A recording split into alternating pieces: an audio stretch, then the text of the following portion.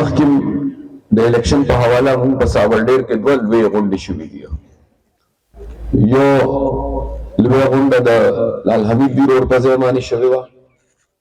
او بل زموږ د بل ویلیج پروګرام چې کوم دی نو هغه په موسی خټ کې شوی و.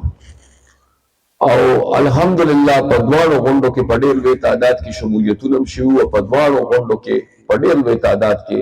د علاقې سپین ږیرو مشرانو ځوانانو کشرانو شرکت هم کړ. بلکې زه خو به په دې موقع باندې د ساولډیر د خپلو میندو او د خویندو هم ډېره شکریا ادا کړم، ځکه چې زموږ د کور زنانه راغلې وې او دلته کې سرابطې وې او زه چې بیا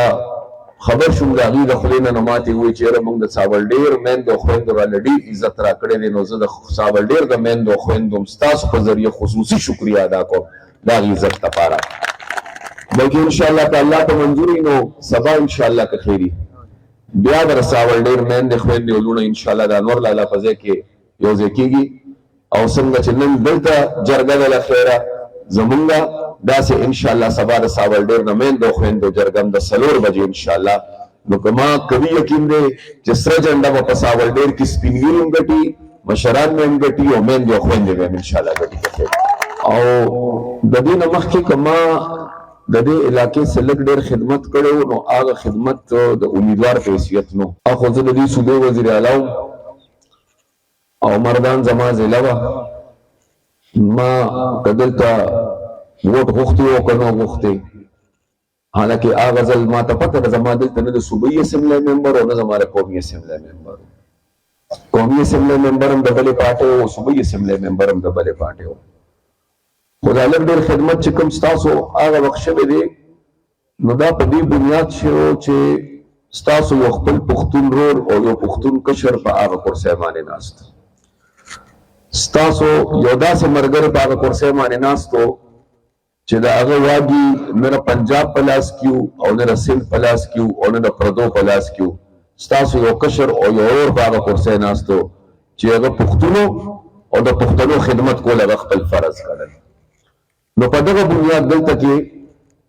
دا د سړک ستاسو مطالبه، دا د کالج مطالبه، دا د عیدګاه مطالبه، دا د اسپتال مطالبه، دې کې بعضې منصوبې داسې دي چې خو ما خپل حکومت کې په داسې وخت شروع کړې چې زما په حکومت کې هغه تکمیل ته ورسېدې، هغه مکمل شو. غالبا عیدګاه زموږ په حکومت کې مکمل شوه، سړک زموږ حکومت کې مکمل شو، کالج هم ډېره حده پورې په هغې کار شوی. د هسپتال دا منصوبه چې کومه ده نو بیا له خیره موږ پسې بیا تبدیلي راغله. نو د هغې تبدیلۍ نتیجه دا وه چې په 10 کاله کې د ساولډیر هسپتال مکمل نه شو. خو تش د ساولډیر هسپتال نه دی، په دې 10 کاله کې د بشخاري هسپتال هم مکمل نه شو، په دې 10 کاله کې د امازوګډ هسپتال هم مکمل نه شو، په دې 10 کاله کې د خزانه ډیری هسپتال هم مکمل نه شو، په دې 10 کاله کې مردان ډي ایچ کیو هسپتال چې ما په خپل حکومت کې شروع کړی و په 2012 کې او هغې کې د 1000 مریضانو ګنجایش دی. اوس هم که تاسو لاړ شئ وګورئ د دواړو هغه خو تلوي بلډینګونه جوړ شوي دي د زوړ هسپتال په ځای باندې. هغه اوس هم هسپتال چې کوم دی نو هغې کې نه سامان شته، نه سټاف شته، نه هسپتال روان دی، دغه شانتې کنډر پروت دی. او که دا هسپتال مکمل شوی نو دې به دومره لویه فایده وه چې هغې کې ما دومره څه منظور کړي وو چې دا دلته بعضې بیمارو دپاره مریضان پېښور ته لیږي چې د دې علاج مردان کې ممکن نه دی. دا هسپتال ما د دې سټانډرډ هسپتال منظور کړی و او ما شروع کړی و چې د مردان یو مریض ته به هم دا څوک ونه وایي چې کله مکمل شي او روان شي چې پېښور ته یې بوځه. که حکومت او اختیار زموږ راغی دا مې رسره واده ده چې نه صرف دا چې د ساولډیر د هسپتال به درته په 1 کال کې دننه روانومه بلکې د مردان د غلوي هسپتال به هم درته په 1 کال کې دننه انشاءالله روانوم. خدای روان کړ نو زما دا خبره یاد ساتئ، نن 3 تاریخ دی نو دا خبره زما یاد ساتئ چې د مردان هسپتال په کومه ورځ روان شو د هغې نه پس ته به یو مریض ته هم په پرچې ډاکټر دا نه لیکي چې پېښور ته یې بوځه، ځکه چې انشاءالله هغه ټول علاج چې کوم په لیډرډین کې حیات آباد کې او خیبر ټیچنګ هاسپټل کې کېږي دا مې د ساولډیر او مردان خلکو سره واده ده چې هغه علاج به دلته په مردان کې انشاءالله کېږي. بل الحمدلله دا الله کرم چې دلته کې مونږ د جینکو کالج جوړ شو ځکه چې دا غي د مخکې زما په خیال چې د دې کلی لونه چې کوم دي د یو خاص حد پورې باغی سبق وو او بیا زما په خیال پاغي معنی د کالج دروازې بند پدې ځکه چې د خپل کلی نه خبر لري خپل لور خور لګل ډیر ګران کار دی او دا کالجونه ما په دې نیت جوړ کړو چې زما لونه چې کوم دي پښتنې بچي چې کوم دي چې دا تعلیم خامخا حاصل کی او دا ماته ساولډیر کې مو جوړ کړي دا کده لند علاقې ته زه تاسو ته وایم نو یو د جینکو کالج کاتلن یو د جینکو کالج په ساولډیر کې او بل د جینکو کالج په رستم کې او سرورم د جینکو کالج په اوتی کې دا سرور ما په یو کال کې منظور کړو بلکې ټول حکومتونو زمانه مخکې په یو شپږ کال کې جینکو له پښتونخوا کې سلور اویا کالجونه جوړ کړو الحمدلله تش په 15 کال کې مونږه 15 اویا کالجونه د جینکو په ټول پښتونخوا کې جوړ کړي 15 اویا د شانتي یونیورسيټي غواړم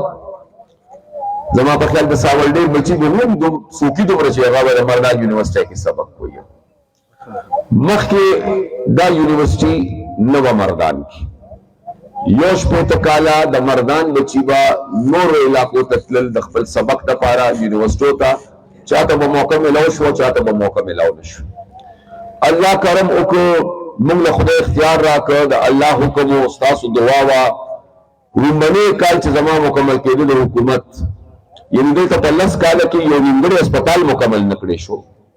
چې کوم خلکو د بدلون دعوا کوله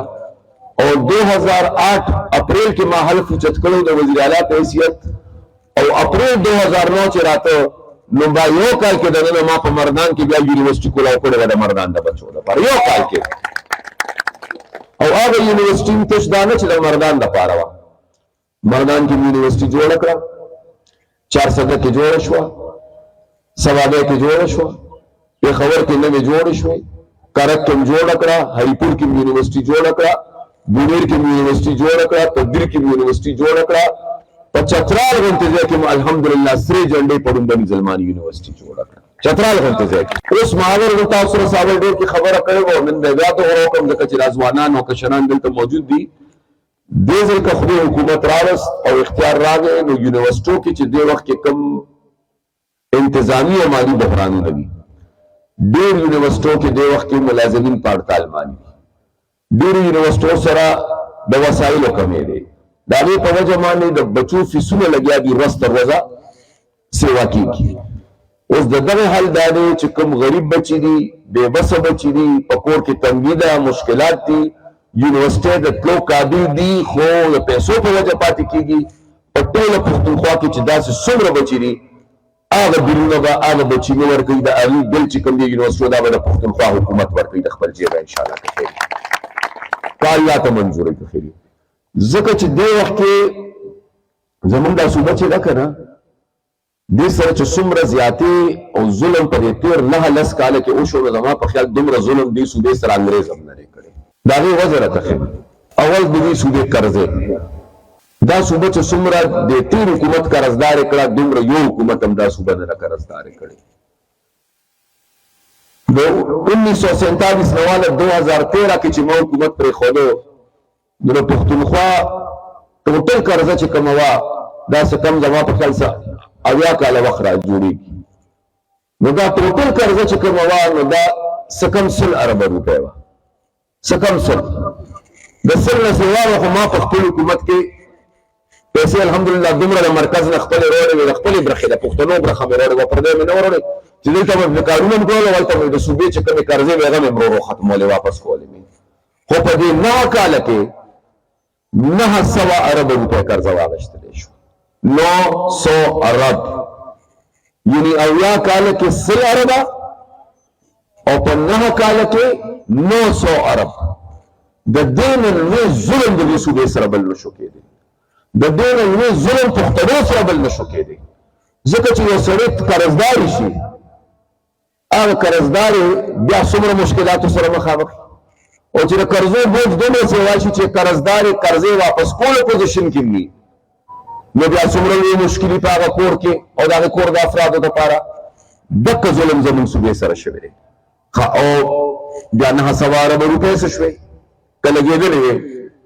نو نن خو پکار چې ستاسو د هسپتال مکمل وي. نن پکار دا دی چې دا کوم روډ مطالبه تاسو کوئ چې د جمالګړ او ساولډیر منځ کې دا روډ خراب حالت کې پکای چې نن خو دا جوړ دی.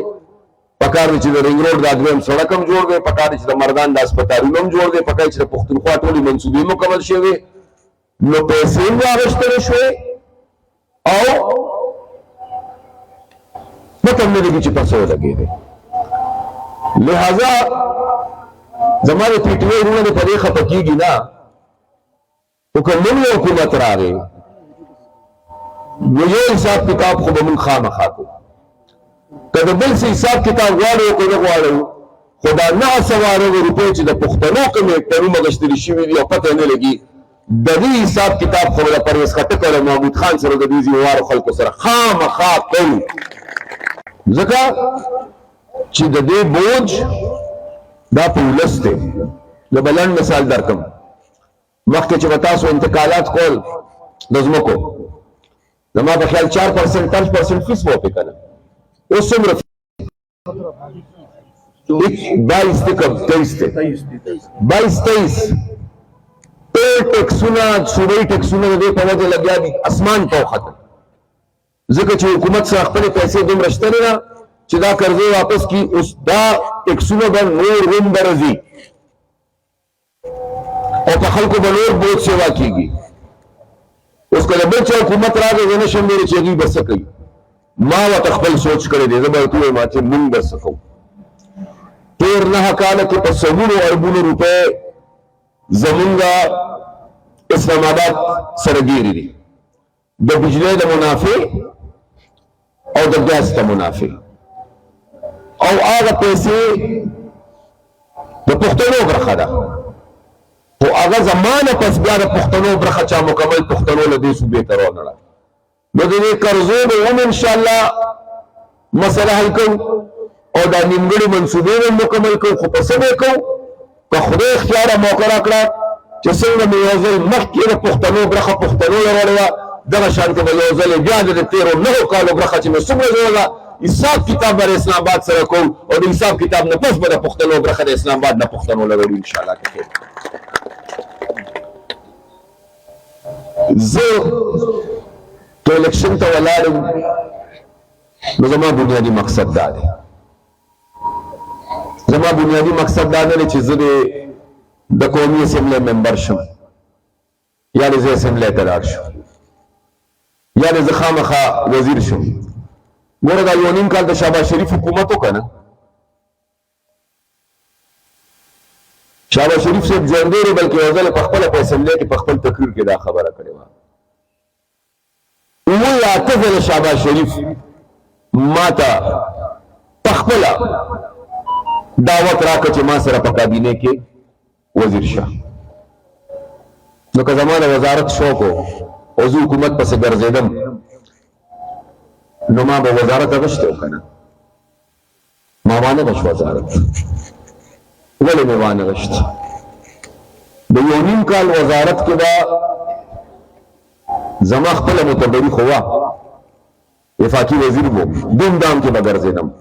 خو په یو کال کې ما ستاسو د پښتنو هغه خدمت نشو کولی چې کوم خدمت په ما فرض دی. نو ما هغه وزارت وانه غوښت. را روان وخت کې هم که د حکومت د راتلو موقع میلاویږي نو حکومت ته به عرض چې زه پوه یم چې موږ په کله عمر د خپلو پښتنو د خپلې حلقې خدمت کولی شو. الله زه چا پسې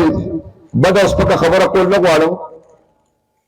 خو دا نور وروڼه چې زما کوم دي دې ته خو دې ووایي چې وزیر دې جوړو دوی به ټوله شپه د خوشحالۍ نه خوب ونه کړي. ته د دې لپاره چې موږ وزارت والو او دا 9 کاله چې وکړو وزارت نو د هغې دې ملک ته څه میلاو شو. نو نو ګورئ تاسو څه حالت دي زموږ. ګورئ چې ته د ریاست پیداوار یې که نه نو بیا ته ریاست سره جنگ نشي کولی. دا نن چې ستاسو وینه او دا نن چې سری دي دا نه ما کړلی دي او دا نه تاسو کړلی دي دا په خپل کړلی دي او چې څه په خپل کړلی دي نو هغه اوس لګیا دي ریبي ځکه چې ستاسو به یاد شي زمونږ د غزوړ وزیر اعظم صاحب چې اوس دې وخت کې ګیر دی د به وی چې آرمی چیف چې کوم دی د دې مثال خو د پلاري او آرمی چیف چې زمونږ کوم دی نو دی خو جمهوریت پسند دی دی خو د پاکستان خیرخوا دی زما حکومت ټول چې کوم دی نو د آرمی چیف په تعاون باندې لګیا دي چلیږي او د دې نه ښه آرمی چیف ما چېرته په خپل ژوند کې نه دي کتلی دا به هغه وی هغه وخت نو چې پلار دې ورته ووی محب وطن دې ورته ووی خیرخوا دې ورته ووی ښه بیا د هغه آرمی چیف د څو کاله لپاره راځي 3 کاله لپاره نو دې لږ نور 3 کاله چا ورکړي ونه ورکړو کنه ولې ورکړو د دې دا خیالو چې څنګه په 2018 کې انسانانو نه پس ماښام پیریان راغلل او زما بکسي ډکې کړې نو د دې دا خیالو دا تمه وه چې دله به 3 کاله ورکړم او د دې نه به پس فیض حمید راولم نو د هغې نه پس به یو ځل بیا هغه شانته الیکشن کېږي چې څنګه په 2018 کې شو چې هغه منصوبه د ده نه چلېدله نیمکه سړی چې بیا وی چې مخکې وی چې د مثال خو د پلار دی بیا خلکو ته وی دا پلار نه دی دا غدار دی بیا وی دا امیر جعفر دی بیا وی دا امیر صادق دی بیا وی دا د امریکې په سازش کې شامل دی 4 ورځې مخکې اخبار راوالی 4 ورځې مخکې اوس بیا بیان ورکړی وي زه فوج سره خبره کول غواړم خو ما سره څوک خبره نه کوي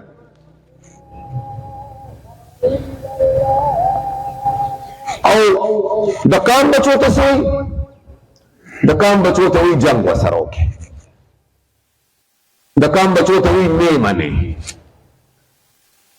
د کام بچو ته وی بغاوت وکړي نو تاسو دومره تپوس کوم ته چې د کام بچو ته وی چې انقلاب راولي او بغاوت وکړي د ریاست خلاف نو د هغه بغاوت څه نتیجه ده څه خیر به پاږي او که خامخا د چا د انقلاب شوق کیږي او د کام بچو ته وی چې میدان ته روزي انقلاب راولي نو بیا به ته یو گزارش کوم چې د کام بچي میدان ته وباسي او د سخت ته مخامخ کې نو بیا اول خپل 2 بچي د لندن نه راولي او د کام نه مخ کې ودرې هغه ته چې ورځي دا خو نشي کېدی دا خو نشي کېدی زه خو د زنانو کتېدیږي او که سختۍ پرې راځي که هغه مریم نواز وه که هغه د ده کور والا ده او که هغه هر څوک دي زه د دې خبرې سخت خلاف یم چې د زنانو خلاف د پښتنو پیسې زمونږ دا دغه دی په دې که هرې زنانه ته سزا میلاویږي په سیاست کې زه د هغې په حق کې نه یم خو اوس هم وګوره څه خبره خو روانه ده د پي ټي آی بعضې زنانه څومره مودې داسې جیل کې دي لا عدالت فیصله نه ده کړې جیلونو کې دي که نه جیلونو کې شته که نه یاسمین راشد یو هغه صنم جاوید ده او داسې یو نور هم دي څو لا کیس فیصله شوی نه دی او هغوی په جیلونو کې لا پرتې دي کیس پرې لا فیصله کېږي دلته کیس فیصله شو کیس فیصله شو او سره دوه حکمدارا ده چې بنیګاه چې کوم دی نو دا به جیل دا داسې نه لکه خدای مکان ورلاله چې سزا یافته شي خدای ورله ښه ښکلی لوی کور د میر په غاړه ورکړی دی او خدای مکان ورلاله سزا یافته شي 8 کاله حکم راشي چې انور لاله به په دې ښکلې بنګله کې دلته کېږي دا د جیل دی اردو کې یو خبره کېږي هاتھی کے دانت کھانے کے اور دکھانے کے اور پښتنو ته خواست او درخواست کوم چې دا تاسو څه وینئ او دا تاسو څه اورئ حقیقت بل څه دی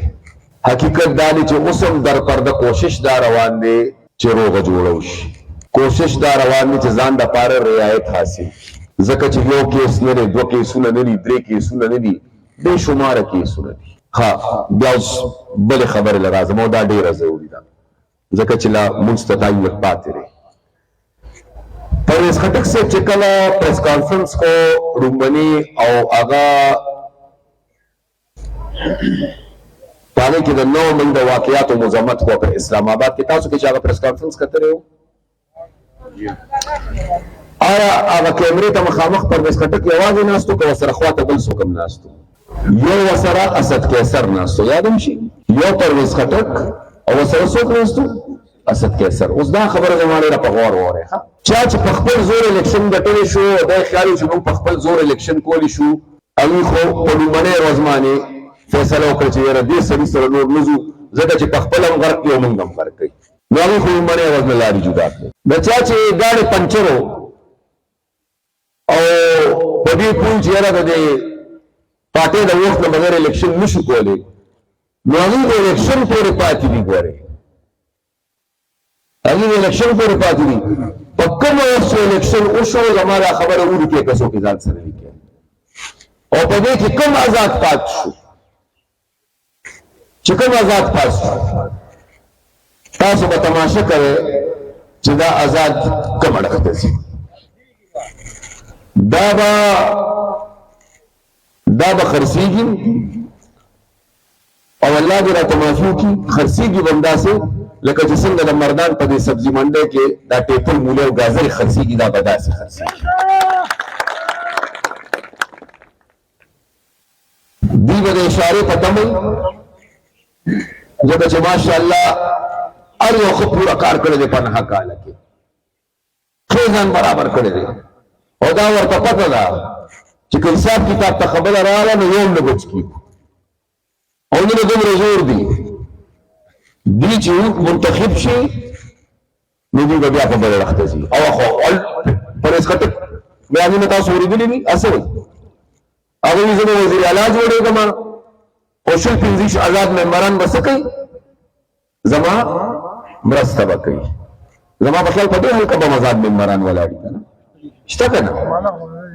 اوس دا آزاد ممبر د پاکستان د قانون مطابق